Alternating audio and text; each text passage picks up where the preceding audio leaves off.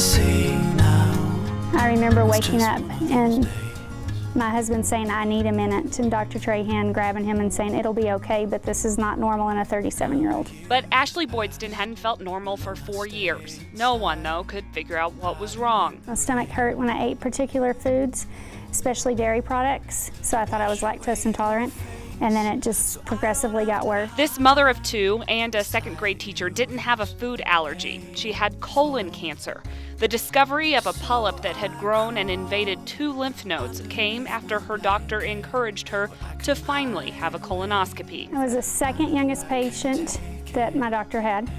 And you kind of sometimes wonder, I guess at first you think, well, why did this happen to me? But then you have to turn it into thinking, like, why not me? No troubles as such. Dr. Amit Trahan is a gastroenterologist at the Amarillo Endoscopy Center. He says that while cases like Ashley's are alarming, they are the exception. Ladies should not get worried that, hey, this is coming younger and younger. Not really. I think we are detecting it earlier. Doctors recommend getting a colonoscopy every 10 years, starting at the age of 50 until you're 75. Dr. Trahan and Ashley both agree, though, listening to your body is of paramount importance. I think there's many of us that have stomach problems, and we attribute it to stress, like I did for years. You can take medicines that do make you feel a little bit better. You read things on the internet and you try to self-diagnose. But once symptoms-wise, they have change in bowel habits, maybe some GI bleeding, maybe some weight loss. So those are the big symptoms. Abdominal pain, persistent, those are the symptoms. But they are usually late. So even early cancers don't have symptoms. So that's why we want patients to be screened when they have no symptoms. Dr. Trahan says the earlier you detect it, the better the survival rates are. Stage A cancer survival is 80%. At stage D, it drops to 30%. I hate to see a colon cancer these days because they are all preventable. So compared to mammograms, imagine if you do 100 mammograms, you diagnose 1 cancer.